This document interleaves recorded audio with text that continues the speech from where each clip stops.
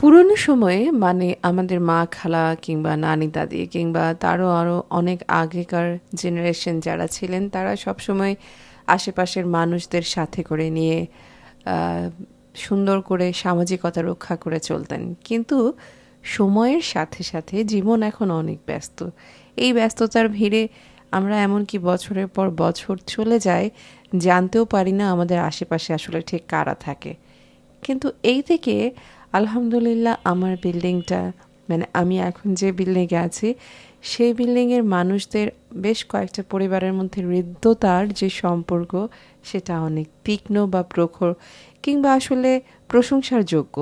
আমি সহ আরও কয়েকটা ফ্যামিলি ভাবিরা আমরা বেশ মিলেমিশে থাকার চেষ্টা করি। এমন না যে আমরা ওখানে গিয়ে বসে থাকি কিংবা তারাও এখানে এসে সারাক্ষণ গল্প করতে থাকে, কিন্তু আমরা একে অন্যের খবর রাখি।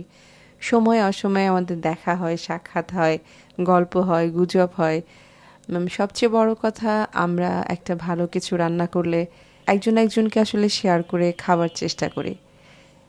এই যে সম্পর্কটা, এটা এখনকার সময়ে আসলে বলতে গেলে না, শুধুমাত্র শহরেই না, গ্রামেও এটা খুব একটা এখন দেখা যায় না। তো যাই হোক, আলহামদুলিল্লাহ এদিকে তো আমরা বেশ ভালো একটা জায়গায় আছি।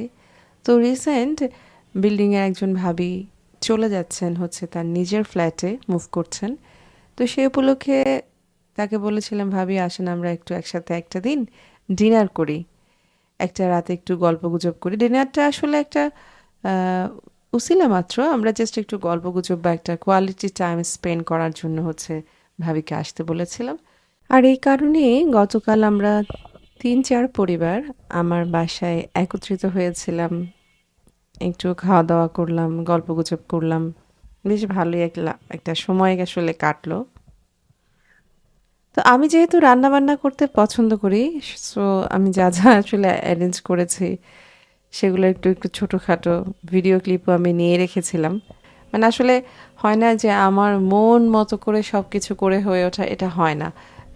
মানে আমার মন চায় আমি এটা করি, এটা করি, এটা করি, অনেক কিছু করি, কিন্তু সময় তো আসলে একটা ব্যাপার, সময়। আর আমার কাছে মনে হয় আতিথেয়তা করতে আমি কটা আইটেম করেছি বা করতে পেরেছি, তার চেয়ে বড় কথা যেটা থাকে সেটা হচ্ছে আমি যা করেছি সেটা আমি হৃদয় থেকে করেছি কিনা, যতটুকু আমি দিতে পেরেছি অতিথিরা সেটা পেয়ে খুশি হয়েছে কিনা, এটা হচ্ছে সবচেয়ে বড় ব্যাপার।